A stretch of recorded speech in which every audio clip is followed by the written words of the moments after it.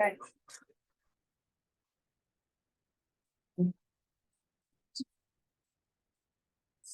Everyone, we'll get started in just a second here. I think there might be a few people coming in, and we usually get started right at 7, so sorry for the delay. But this is our last meeting of the year. This is our fall meeting. I am Lou Raiders. I'm your current president of Cherry Creek North Neighborhood Association, and this is actually our annual meeting. The R&O ordinance requires that we have an annual meeting. And we are always, as many of you know, because I've touched on your arms before, we always look for people that want to get involved, join the board, join committees, participate. It's a way to get to know a lot of your neighbors, and it's just a really good group of folks for a really great organization. So we're going to just start with a couple of housekeeping things. We've had a lot of questions about a couple of topics. The library.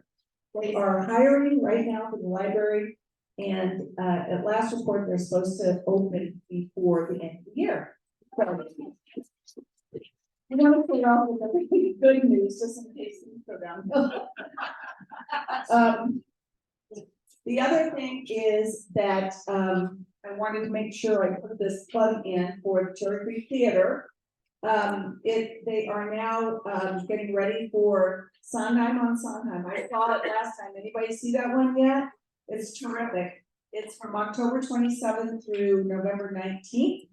And it is at the Meisel Arts and Culture Center. So everyone, please remember when we all used to sit on the rugs right there at 3rd and stay loyal to Cherry Creek Theater. It's our only real local theater company. So, and Jay Freeze can answer all your questions. He's terrific. So I wanted to put a shout out for that. We are going to dive into a couple little things of our organizational nature. We have 4 of our board members that are up for re-election, and they are Linda Barker, who's the vice president, who will be taking over for me next year at the end of the year. Kevin Landon, who is on the zoning committee and the membership committee. Dale Rudolph, who is our secretary and does an amazing job. Many of you know Dale because she wears a lot of hats, including this year running co-chairing the Sip and Savor. She runs our block builders program. She does book clubs, and she recently was awarded a citywide award through INC as the Neighborhood Star Award, because through Sip and Savor, she has helped us raise over, I think it's probably now almost $70,000 for charity. So we're one of the only RNOs to really step up and give back. And so Urban Peak and Food Bank, the Rockies have all been beneficiaries. So it's really good work, and she's going to come home with that. And then last but not least, Annette Woodward, our treasurer, who follows me around with a sharpened pencil. And she has served as our AIM delegate, a membership committee chair. She's on our Cherry Creek steering committee, which includes Cherry Creek North, Cherry Creek East, Country Club, Hilltop. I am also the chair of the Cherry Creek steering committee, the bid, and the mall. So we try to be the ones that look at the forest, and then often what we bring you are details on the trees. And so they are all up for re-election. We would like to have a vote, both for those at home. If you're on Zoom, just go down and do a thumbs up. Raise your hand in the picture, or just show your reaction by a raised hand if you're at home. And if you're here, if you are a paid member, this is one of the only times that we really restrict voting. We don't, if you live in the neighborhood and you have an opinion about something like our parking restructuring that we're all concerned about, we want everybody's voice. But for those matters that relate really to the operation of the association, we really like to have members vote on this. So I would like to just have a vote of members approving the renewal of those board members who are up for re-election. All in favor? Aye. Okay. Anybody against? Okay, thank you very, very much. That's our official business. We will track that and you will see that in our minutes. So we do record now, thanks to Doug McNaught, who's our wonderful webmaster. We record these and we have now uploaded them to our new website. It's not that new anymore, but I'm going to call it new for the rest of my term as president because it took so darn long to get it done. So our new website has a lot of information for you all, including all of the newsletters, all of the recorded meetings, and a lot more information. And thanks again to Doug for helping us make all that happen. One other thing that people have asked a lot about recently is the status of the parking permit program. It's a lot of P's for this microphone. So you all were invited by letter to give your opinions on the survey. We know that there were some troubles for people getting into that survey. We also think it was a little bit, it said it was going through one date and then yet another date. And when we tried to get out on that last date, couldn't get in. So they extended it through Monday, but didn't let us know. So we've talked to many of you about the concerns on the new proposal. The Cherry Creek North Board has voted on taking an official opposition to many of the parts, not all of them, and some of them we don't have any choice on, but many of that the proposal provisions were really not acceptable to us, and that relates to what we've heard from a lot of you. We have just put up on the website that official opposition letter, and also the contact email of Scott Burton, who many of you saw because he presented here before. But that's his email. So if you didn't get a chance to participate in the survey and you want to look at what our opposition provides, please do. And if you care about this issue, send Scott an email with your opinion. Yes. So what's the process? Everything I've read is, and I've talked to Scott Burton many times, is the word proposed is always there. So what's the process for getting this from the proposal to the final stage? So the question was about the process for adopting these new rules. These do not have to go through the city in front of City Council. So this is strictly within the division of DOTI, which is the Department of Transportation and Infrastructure, that that oversees the permitted parking in different parts of the city. This particular proposal is just for the Cherry Creek statistical neighborhood, which includes Cherry Creek East. Not every block or every street in the statistical neighborhood has restricted parking, but many do, and most of them are really right down by the bid area, which is why we're so vehemently opposing the area-wide permit, because it just means that those blocks will continue to be the most problematic parking blocks, and that impacts a lot of residents. So, but if you want to still have a voice, provide your voice. They are still reviewing it at DOTI. They will come back to us. Annette Woodward, who you just voted in again as board member and treasurer, is in the back. She and I have worked on this for over a year, and then it keeps moving. So the proposal, first it says something and then it morphs into something else. So we don't know really where the proposal is going to land, but it is your opportunity right now to have a final say. Even though the survey closed, if you send an email, they can't disregard that. You can also copy that to info@ccnneighbors.com. Yes. What is the current proposal? Is it? You know, it's too long to go into right now. We have some presentation and we've got our wonderful officers waiting. They really want to go out and do their work catching back.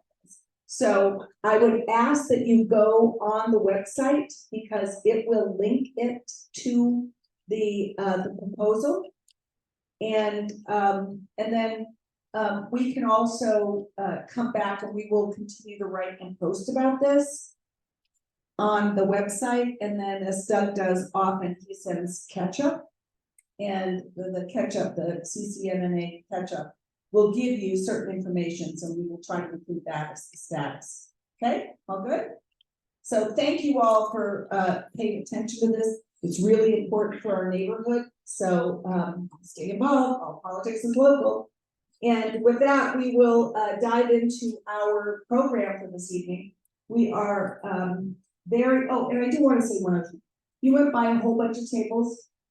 Dick Cohen is the gentleman who's been out there, so he's right here now.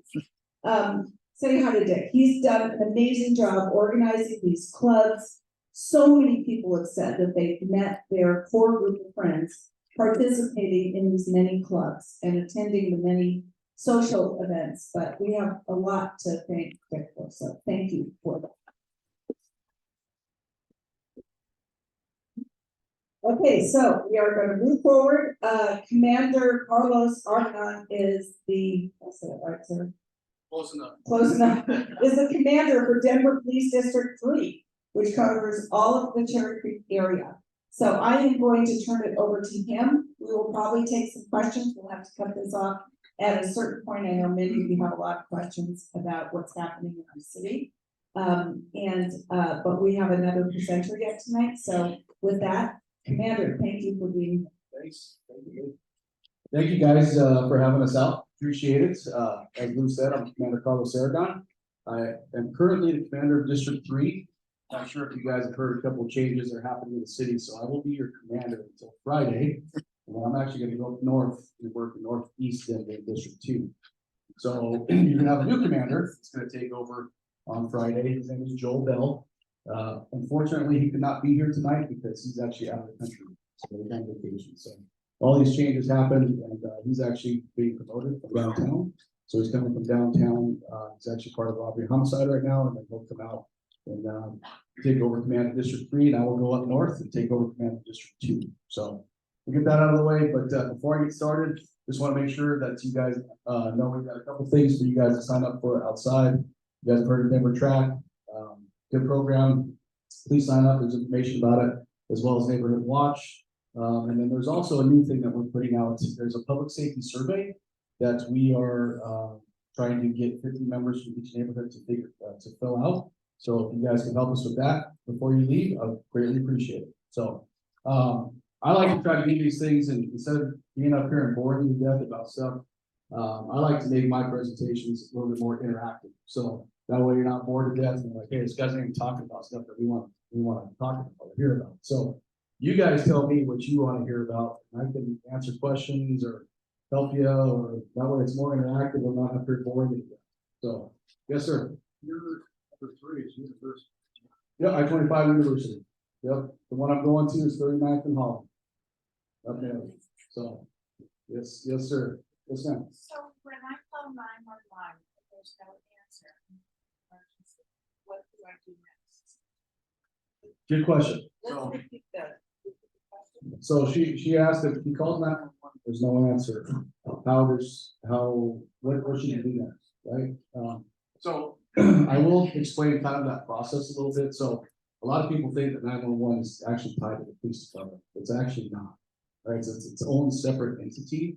It's not run by the police department. So the chief of police does not run 911, right? So, but to answer your question, obviously if it's an emergency, and you can't get a hold of somebody, obviously stay on the line. So they are getting better, right? That's all I can say. So they're hiring more people. The problem is staffing, right? And so they're hiring more people to get better, so that way they can answer those calls a lot faster, right? They're doing some different programs with 911 that I can tell you about. Is instead of having people, all the rage is like, hey, can I work from home? Do this, right? You can answer the phone from home, right? You can still get the police dispatched from home. So they're trying to work on some interactive programs and be a little bit more aggressive with that, so they can compete in the place with getting people hired for the 911 system.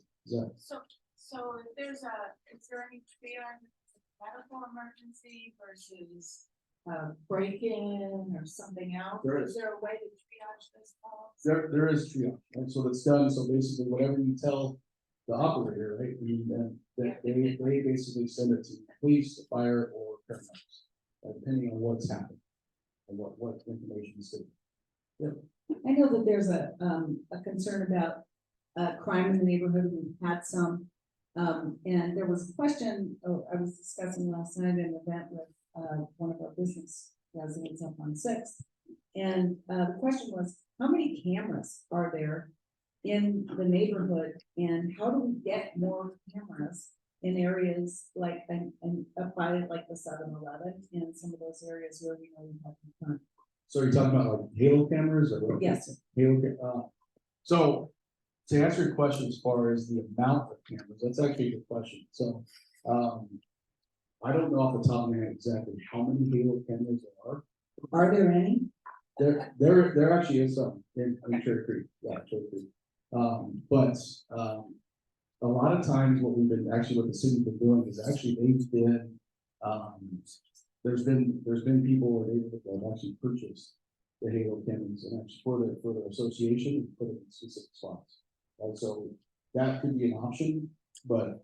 Are those allowed to be placed on streetlights? They have to have a power source, so it just depends on where exactly, there has to be power to it, so it just depends on what it could be.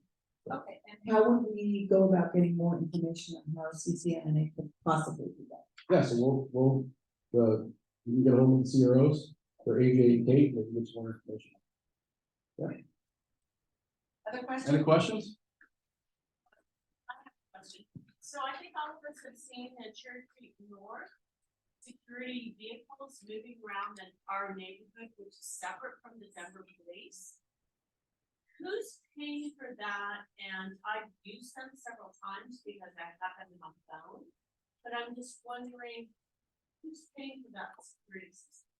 The one in Churchill Bunn? Yes. That's the VIP. That's the VIP. Now they do, we all benefit because they tend to drive up around Fourth a little bit. Sure. But that's the most important. And I would suggest all of you put that in your phone because I've seen several situations where I called them and they are immediately responsive. And what number do you want to get It's on that? the side of their car. Oh, okay, maybe you could send it to info@CCNNA or at CCN Neighbors, Okay. and we'll try to post that to everybody on the I website. was just curious who was paying for that. The bid. It is the bid. The bid stands for the Business Improvement District, so that would be the Cherry Creek North. It doesn't include the businesses on Sixth Avenue or the mall.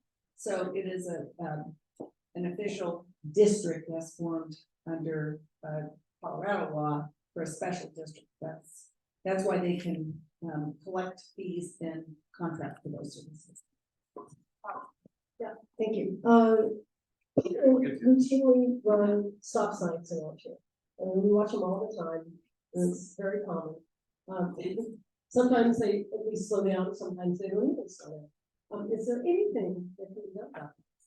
We put rocks in the road, you know, and boulders or something. No, I know it can be frustrating, and I would not suggest putting rocks or boulders in the road. But we do have a traffic division. So if you would reach out to our CROs and let us know what locations are actually running, we'll make sure that the officers can go and control some. Yes, 100%. Bring the mic to you. I see the private security cars that you just talked about, but if we witness an event that is the authority of the police should be notified, how do we distinguish, or how do we decide whether to call this private security team or 911? So if it's a crime and it's happening, it's in progress, it's obviously an emergency. 911. Yeah. So if the security team can use something, you know, what we try to teach, like with the neighborhood watch, right? We teach about the behavior. It's not necessarily what a person looks like, it's actually what the person is doing, right? So if you see a person that's just walking their neighborhood, you don't know, well, if it's walking, it's not illegal to walk their neighborhood. But But if they're walking through your neighborhood, checking, car doors, right, they're going up to your porch and looking for packages. Yeah, I mean, that's obviously suspicious, so we wanna know about those things. And that would depending on what they're actually doing, you can either call the non-emergency number or you can call 911. But if it's an actual emergency, where someone needs help right away, right, that could be a series of different events, that would be not. And I have a question.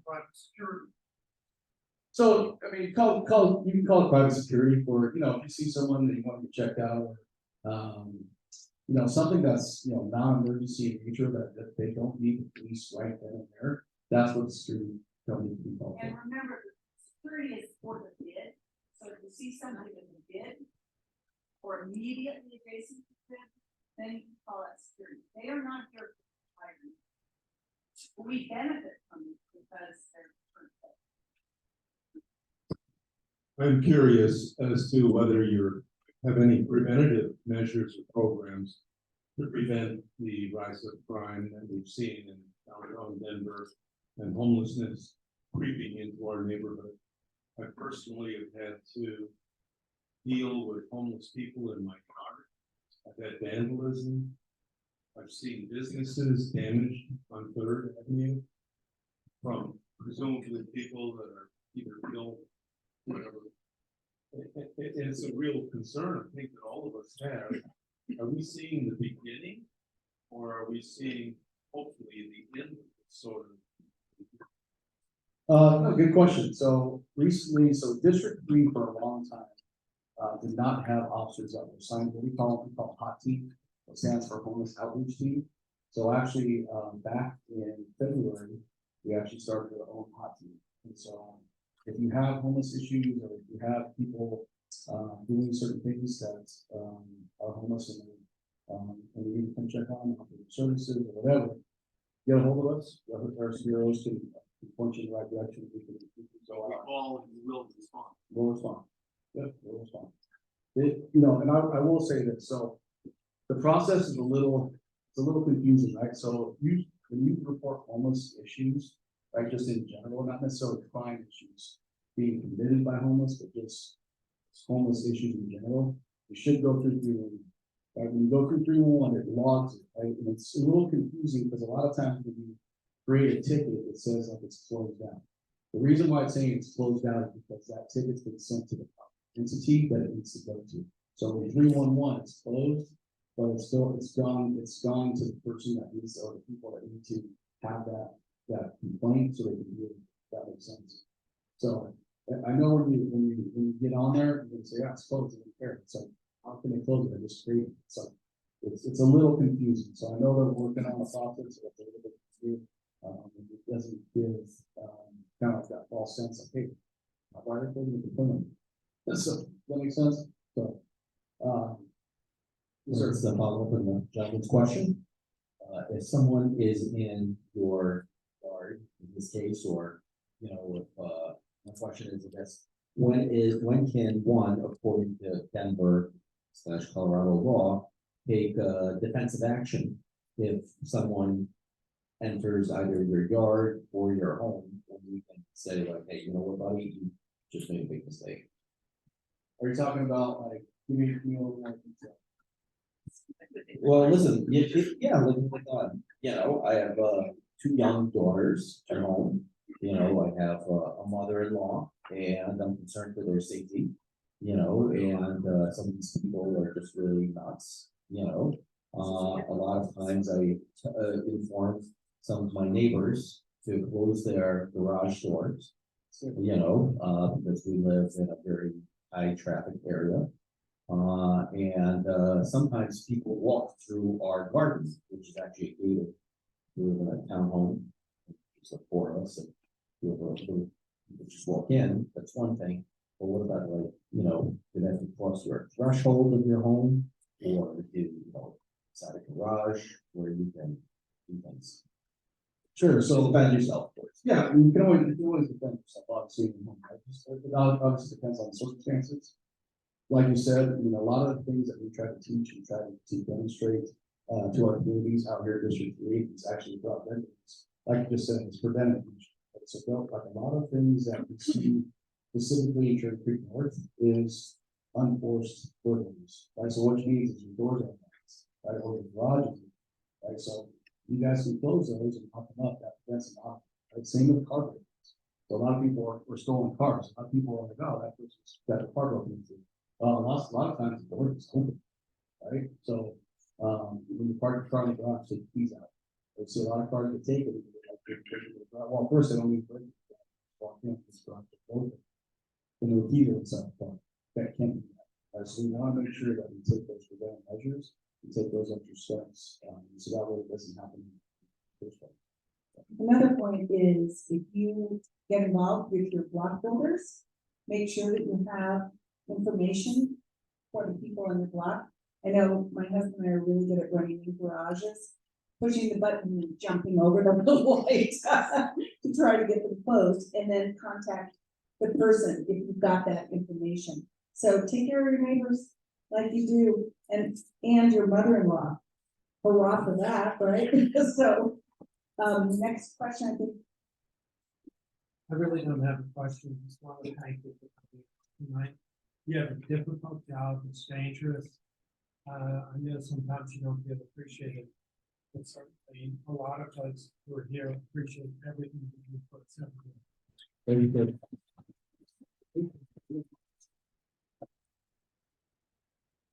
We'll take just another 2 questions. One back there, and we'll wrap up.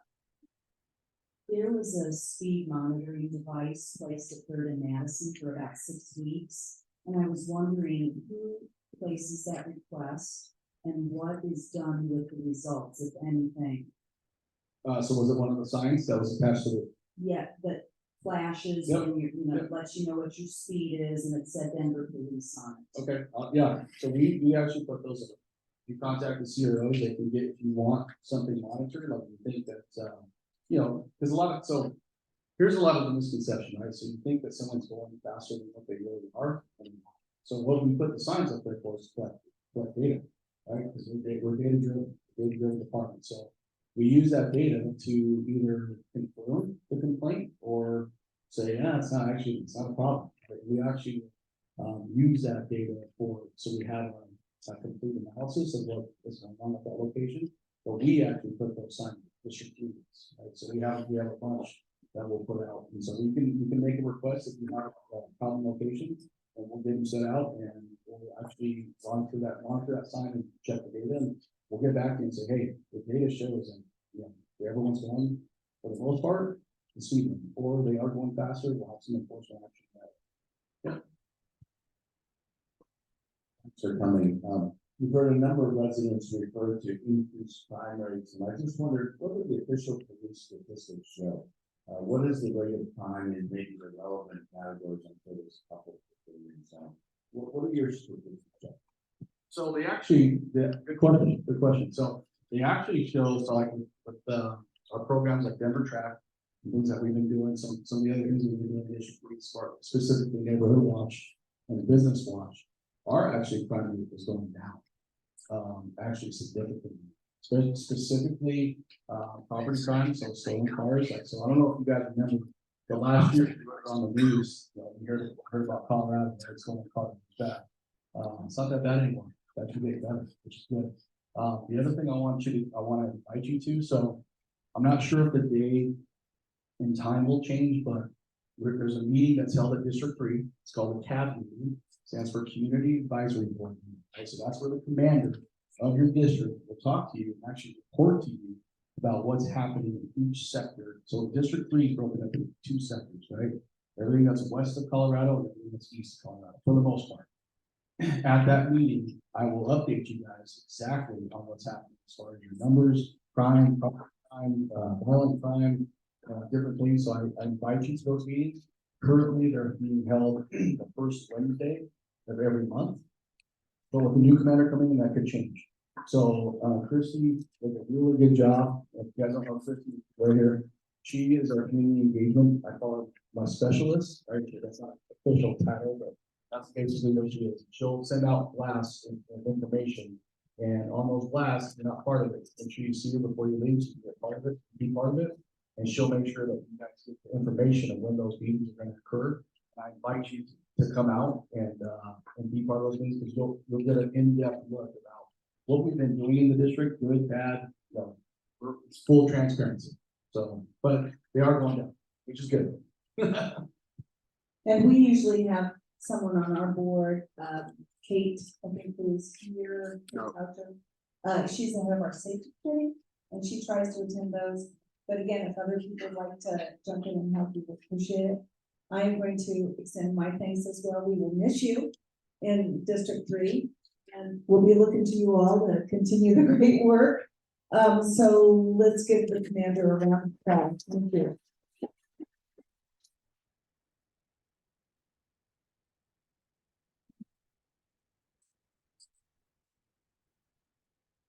Okay, we will move on now with our future of cherry cricket presentation, and I know many people are really excited about this.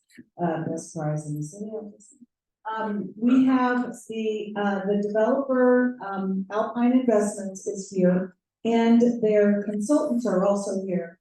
I see Bill Moon, who's with the terrific Triba Architects, and we have Amy O'Brien, who's with the Partner Group, and she is going to introduce the development team.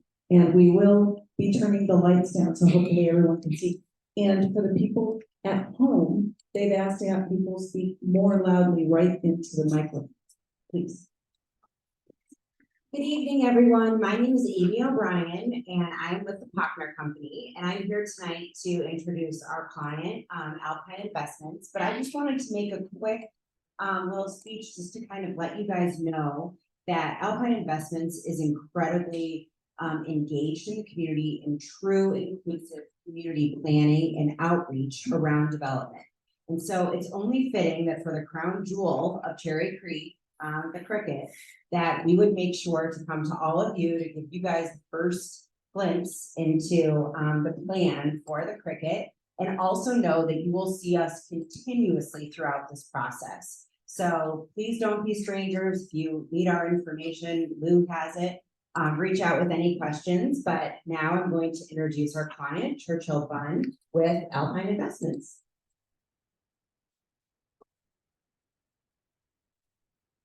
Thanks, Amy. Really appreciate everyone being here, and we're really excited to talk a little bit about the project.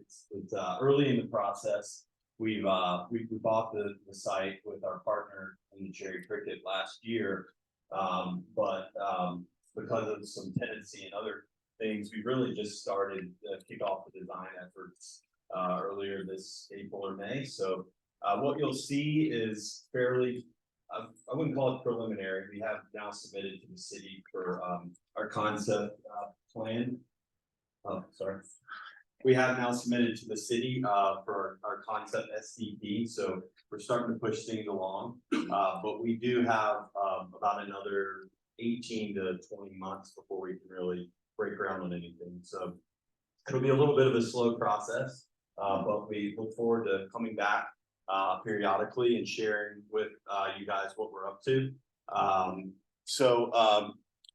also, my wife Alex is here. She is with the Cherry Cricket ownership group, so she's here to fact check anything I say as it relates to the cricket. And she really appreciates everyone's patronage as well. So if you want to go to the second slide, it's a little small on the screen, but essentially that's what is there today. We've got the cricket on the south end of the site, and then you've got the burger garden, as we call it, there in the middle, the big white block in the middle, and then we've got the Forget-Me-Not building on the north end of the site. And so as we're working with the cricket team to redevelop, a couple of things that we're doing is to, while the burger garden itself will go away as it is today, we are working with the team to build a new burger garden. It won't be quite as large as the one that we have today. However, it will be larger than the one that was there pre-COVID. Ample outdoor space, which we're excited about. I'm sure the neighborhood is excited about. The other, kind of main, I think, things you guys would probably be interested in is, Forget Me Not. Forget Me Not, has been in the neighborhood for a couple of years. They've, been a great operator, doing very well. We're planning to bring Forget Me Not back into the project. So they have, their current lease is up in 2025, and we've, been working with the operators there to bring them back, which they've agreed to do. Most of the current uses on the site will remain. Cherry Cricket building will stay intact as it is today, except for a small piece at the back of the building, which I don't think anyone is gonna notice as much, but that will become outdoor space for the cricket, and it's gonna be all integrated with what we are planning to build, which is a new office building on the back parking lot where the Burger Garden is, and also where Forget Me Not is. Next one. The next one. Sorry, I'm having to turn around to make sure I know what's next. So with the project, as I mentioned, it's an office building. We are still working through the kind of total density. We have submitted for 7.5 stories, just under 100,000 square feet. Similar to, other projects that Triba and their amazing team have done in the neighborhood. We're very focused on some key concepts. First off, the kind of contextual connection, which are essentially the buildings around us. It's really important when we design a building that we pay attention to what's around us. So there are many beautiful buildings in Cherry Creek. You can't choose them all to kind of pull from, but you do want to make sure your building both fits in but also stands out, if that makes sense. And so when Bill Moon's team is looking at the design of the building, they're looking at all the buildings around them and really trying to design a building that fits from a massing standpoint, from a scale standpoint, with the projects around us. The second thing we're looking at is the quality of materials, the craftsmanship. We've hired PCL Construction, who is building a lot of projects in the neighborhood. They have a lot of experience in Cherry Creek, and we're really focused on high quality through and through, inside and outside. I know everyone says that, and it's what every developer says, right? We hired Triba because they are one of the preeminent architects in Denver, and everything they do is of the highest quality. And so hopefully that's a good representation of what we're trying to achieve. Health and wellness, becoming somewhat of a buzzword. We really feel strongly about when tenants and their employees come to the office every day, that they have all the things they need, not only to do their work, but to be healthy. And some of those things are things you don't even see. Top of the line HVAC systems that bring in 100% fresh air, natural light, which obviously improves mood, all those things. So that's a big component. Whether we do a gym or whatever, we haven't decided that. It probably depend on what the tenants want, but definitely the design itself will be heavily based on health and wellness. And then we've got connection to nature. Bill's team's done a great job. They've hired back 40 landscape designers to design our exterior landscaping, but also make sure that we have a good amount of interior plantings on the exterior balconies and those types of things. So it's not just a building that looks for better word hard, right? Plants really help to soften it up, and so that's something we're really trying to achieve with our design. And then innovation and discovery. We are, and I'll add a third word, sustainability, to that. We are working really hard. Could you really speak? They Yeah, can't sorry hear you. about that. We are working really hard to bring one of the most sustainable buildings to to, this district. We've already committed to doing LEED Gold for the building, which very few Cherry Creek buildings are LEED Gold, very few Denver buildings are LEED Gold. We're also, as part of that, really working to try to integrate mass timber into this project, which is more sustainable construction than concrete, steel, and other construction types. So there's obviously some challenges with costs with mass timber that we're working to overcome. So we're hoping we can keep as much of that in the project as possible. But we're very excited. Mass timber is one of PCL's really kind of one of their things they're experts at. So it'd be great to be able to integrate as much of that as possible. See the timber come through the outside of the building, which will obviously create a great looking building. Moving on to the next slide.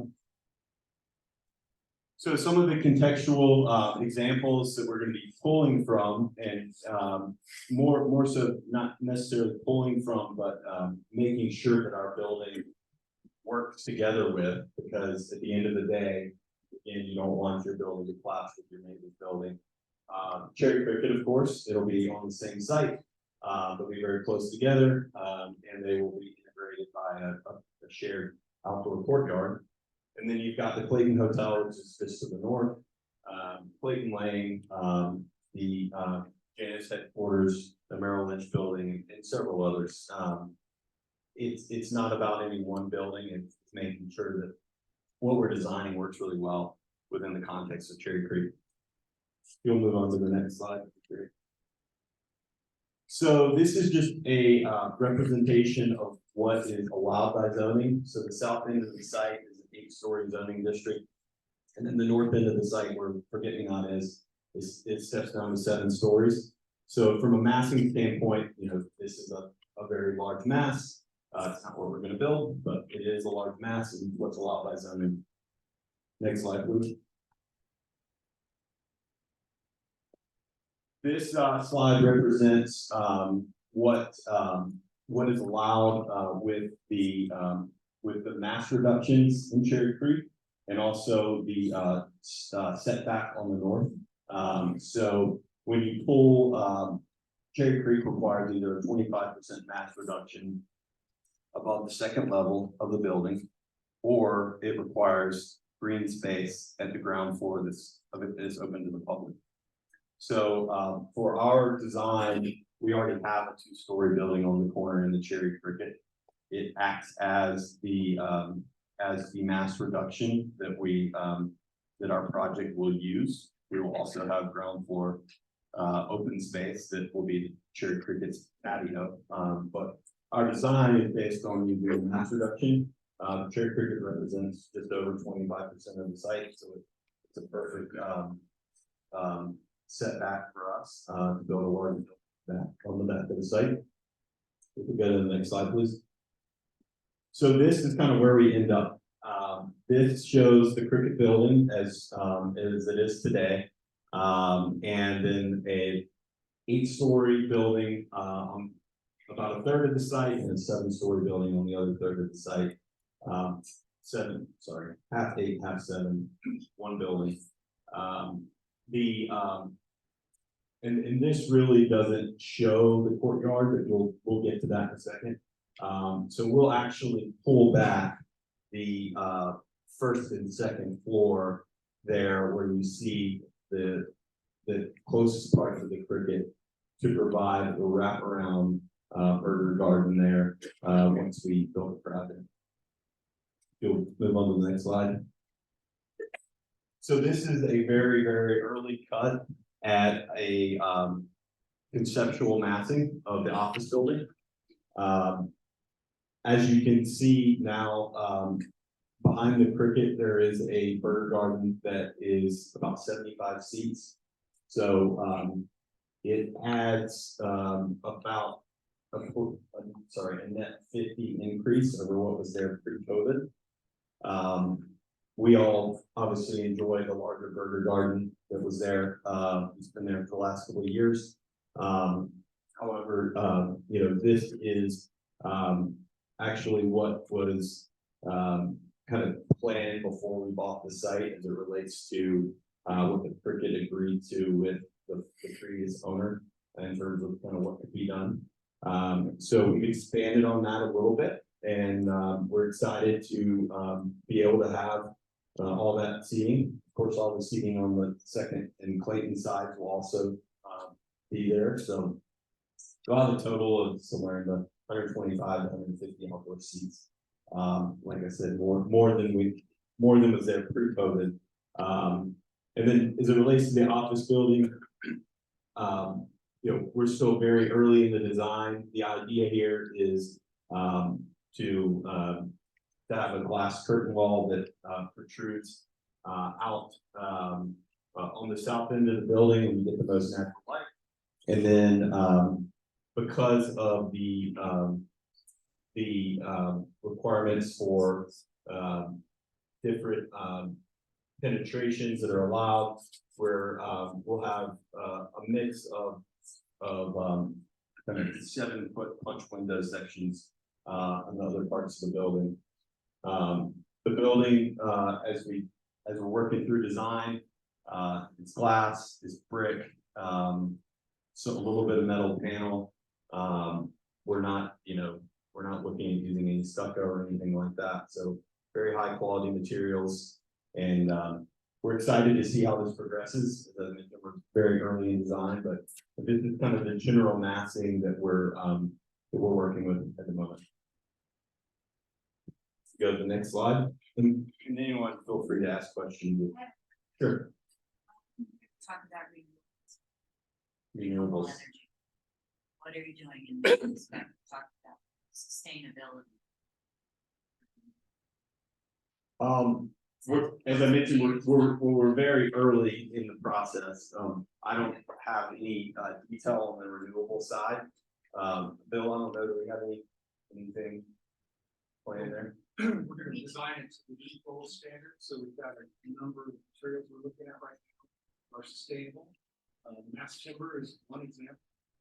The structure itself, good. What the actual energy system is yet, still to be determined. We're looking at all of our options right now. Churchill said it very early. Cost of construction these days is quite significant. So we've got to mine and see where we are with our mixture. Well, we have city mandates. One of the reasons that's leading us to meet goals. So we've got, green codes, has mandates. We've got all these things that we're layering on top of each other. Yeah, it'll be all new LED, all kind of state of the art, probably. Absolutely. Occupancy sensors and that kind of stuff, daylighting. But most of that is all code now, so Yep, it's, yep. I mean, the Denver codes are exceed most of the national and state codes, so. So this just is a quick site plan that kind of shows everything from a bird's eye view. As you can see, the cricket restaurant again remains. The seating along Clayton is currently there, remains along Second, and then we've got those extra kind of 60 to 75 seats, depending on how the cricket decides to set it up there in the back, which we're excited about. And then the office building itself is the colored portion. We've got 2 retail spaces that are flanking center lobby. The lobby is I would call it a pocket lobby, fairly small. So the retail will be great for continuing to activate Clayton. We're removing the 2 or 3 curb cuts that are there along Clayton, which will be much better for pedestrian pedestrian access, and then all the loading and parking comes off the alley, which again is great for the pedestrian movement around the site. We do have a loading zone, trash off the alley, so most of the ugly stuff stays on the back, and which would be great for the neighborhood and the energy there on Clayton Street. Oh, sorry. Forget Me Not is planning to come back in the north retail space, so the red space at the top right. And I'm parking. We are, yes, we will get to the kind of the parking slide here in a few, but I'll speak to that now. So we've got 3 levels of underground parking planned. Each level has somewhere around 40 spaces. We are studying right now a combination of having stackers that would work during office hours, and then during nights and weekends, it would be a transient self-park garage, so that people in the community can drive in and use the garage, you know, for their Cherry Creek needs, which we think will be great. A lot of the garages in Cherry Creek, as you know, are valet only, or they are closed on nights and weekends. So the Cricket's going to have a lot of parking demand that we want to be able to provide parking for them. And then there's also a couple of the hotels around that have parking demand that they can't, that they need more parking for. So on nights and weekends, it'll be open. Come, either up the alley from either north or south, or even come through the Columbine connection straight into the garage, pull a ticket, and we're gonna have a well-lit garage that and a private elevator that comes up from the garage to the north end of the building, and then allows you to walk straight out to Clayton Street instead of like going through an office building and doing all that. Sir. Okay, so you mentioned that area. Side. Correct. So is there outdoor space with that too, or space in the street? It is the black line on the right, on the east, on the east side is actually the property line. Correct. So we've got about a 15-foot patio, which is about the same depth as the patio at Villa K. So basically enough room for 2 to 3 deep of tables out there on that patio. It's 15 feet deep and about probably 45 feet long. So they'll have ample room, probably more than they have today for outdoor seating. Correct. It'll be under the building overhang, which will allow them to have more kind of 3-4 seasons patrons out there on the patio. They'll have heaters in the ceiling, so they'll create kind of their own ambiance as part of their tenant improvement build out. But that's their plan.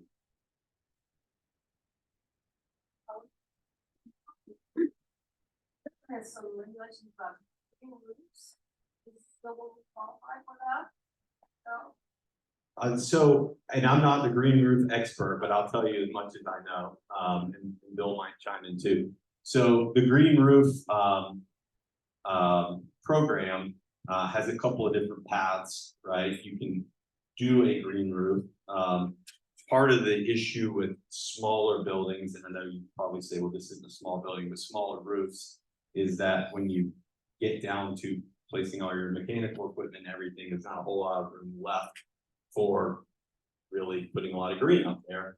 And unless it's an active rooftop, you really don't get to enjoy it. So our plan with our project, we will have about a 900 square foot habitable area up at the 8th floor that we'll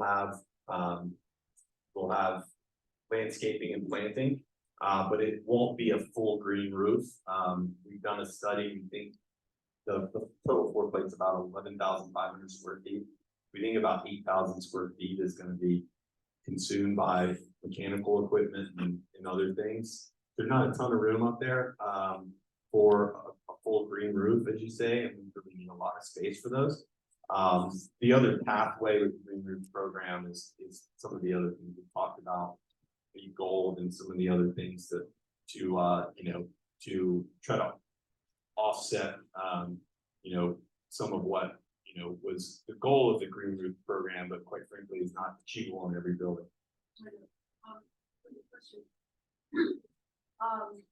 of the main pillars of hamburgers is widows. And I what about another sequence to prevent from falling into them? There are there's a lot of stuff out there.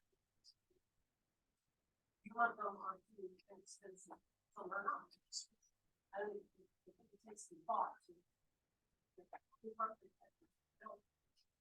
Yeah, definitely. Well, we can work with, Found it, it's something that's absolutely transparent to our eyes, for instance. That would be best. okay, yeah, we'll work with Bill's team and see what we can come up with. High rise building, but that's exterior, which seem to be not a really deep design of what your exterior looks like, being unique.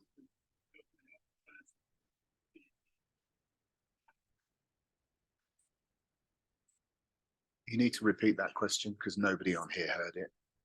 Yeah, so he said many of the buildings in Cherry Creek are all glass and maybe don't have as much character as some would like. And actually it's what I told Bill in one of our first meetings was, hey, you know what?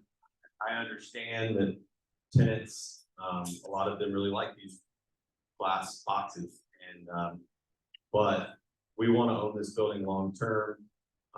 We want to build something that's special and has great architecture. And so, you know, as we look at the massing of our building, we've got a couple of different contexts as it relates to architecture. We do have glass on the corner. Will be great for tenants and their conference rooms and spaces that you know, in areas that are getting a lot of natural light. But the other three sides really have a lot more character in a lot of ways. They have a lot of brick. You can't have an office building obviously without a lot of windows, but there's going to be a lot breaking up those windows. They're going to provide some visual appeal, and you know, the devil's in the details. We've still got to work through what all that looks like, but we very much want, again, something that really fits into the character of Cherry Creek and not, you know, another glass box. And so I can guarantee you that we won't end up with a 4-sided glass box. We finish up, I'm just looking at the clock here, and I don't know how many. You can probably flip through just to the next one real quick, and I'll be quick on these. This is just a blow up of the site plan, show a little bit more of the office building. Happy to answer any questions. I think we've kind of gotten through most of those. Next slide, please. So this is the typical office plate, upper floor plate of the office building. So as I mentioned, each plate is about 11,500 square feet. Core is on the north side of the building, allows for the tenant improvements to wrap around. As natural light comes into the building on the west, south, and kind of southeast sides of the building in the morning. Next slide, please. And then this is the typical parking plate. Every plate is a little different. So we've got, and we're still working through this plan, as I mentioned, but we're working on a plan that would have potentially stackers on the bottom level, and then the top 2 levels would be self-park on nights and weekends for transient parkers who are coming into Cherry Creek. What do you mean stackers? Oh, sorry, parking stackers. They're the mechanical. You can pull in someone and they'll pull your car up. The park underneath, correct? They allow you to get double the stalls or double the cars in that level. So What about protected bike parking? we've got a ton of it. You can see in the corners, the top 2 corners, all those little correct. Down, yep. Right there, correct. So we've got, I think right now we're at 168 bike stalls, which is a lot. And so we're definitely exceeding the minimums by quite a bit in the building, and you know, hope more people will ride their bikes to the offices and and use those bike stalls.